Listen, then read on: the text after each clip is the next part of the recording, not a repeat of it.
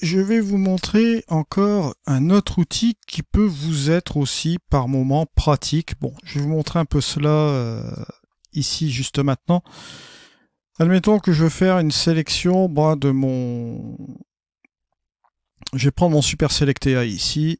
Je vais faire un clic ici. Je vais prendre ce ciel. Voilà. On va faire un clic droit. Et toujours la même chose. Je vais utiliser toujours utiliser la courbe dans ce truc-là. Et je vais descendre comme ça. Voilà. Pour bien qu'on voit le différentiel ici dans mon masque. Et là, si j'appuie sur O, vous allez noter quelque chose. Bon, au niveau du bord, bon, c'est pas mal, hein, on peut s'en contenter bien sûr, mais si on veut l'améliorer, ce bord, je vais vous montrer quelque chose. Si vous voulez adoucir ce bord de masque pour le rendre un petit peu moins abrupt ici, comme vous le voyez là. Ce que vous pouvez faire, c'est utiliser un outil qui existe dans One déjà depuis un bon moment déjà, celui-là. C'est celui-ci. Regardez. Il s'appelle l'outil masque flou. Et lui, il va vous permettre de ramollir, là vous voyez ici, un badigeonner le long des masques pour les ramollir afin qu'ils se mélangent plus naturellement. Mais là, cette manière-là, vous allez voir que vous avez plusieurs possibilités. Vous avez la possibilité de donner du flou ici, mais dans plusieurs circonstances. Vous allez pouvoir donner du flou dans votre masque, parce que c'est dans le cadre d'amélioration de votre masque, bien sûr, si les bords sont trop durs. On peut jouer avec une progressivité, bien sûr, ça j'en conviens.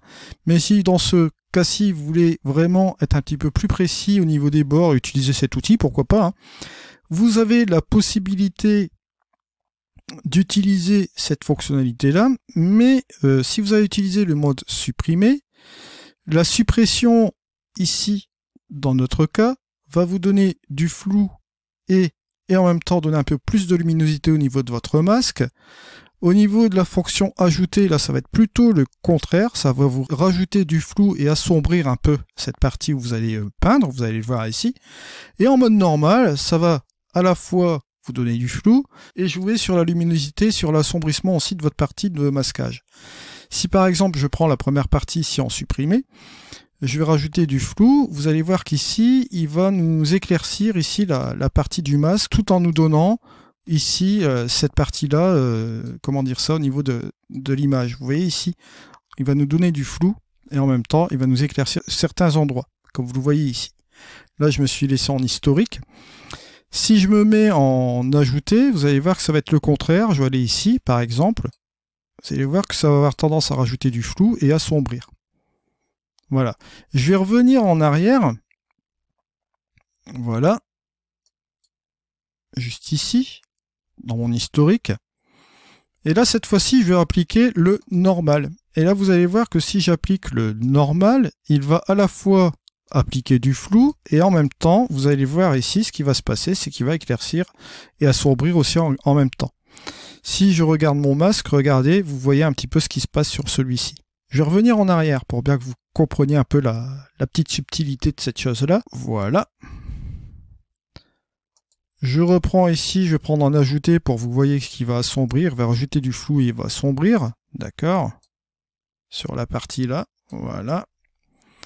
Inverse, supprimer.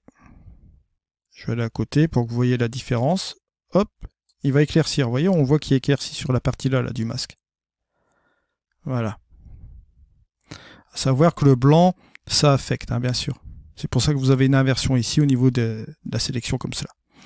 Et si je prends les deux, regardez, hop, en normal, je vais me mettre ici juste à côté, hop, il va gérer les deux, quoi. Il va assombrir et il va éclaircir en même temps. D'accord? Donc vous avez ces trois formules-là au niveau du flou comme cela. Ça permet, bon, dans certains cas, d'améliorer comment dirais-je, un masque, les bords d'un masque comme ceci, comme vous le voyez là. Il va sans dire que vous avez d'autres sélections de masquage dans One Photoro, mais sachez que cette technique manuelle existe toujours aussi. Donc vous voyez que vous avez beaucoup de choses, et vous pouvez combiner les outils aussi également. Là je vous les montre un à un, bien sûr, mais rien ne vous empêche par exemple d'utiliser cet outil-là, d'utiliser un peu affiner le pinceau juste après pour essayer de rattraper, pour voir un petit peu ce que vous pouvez faire. Bref, vous avez plusieurs possibilités avec ces types de masquage dans One Photoro, vous vous en doutez bien.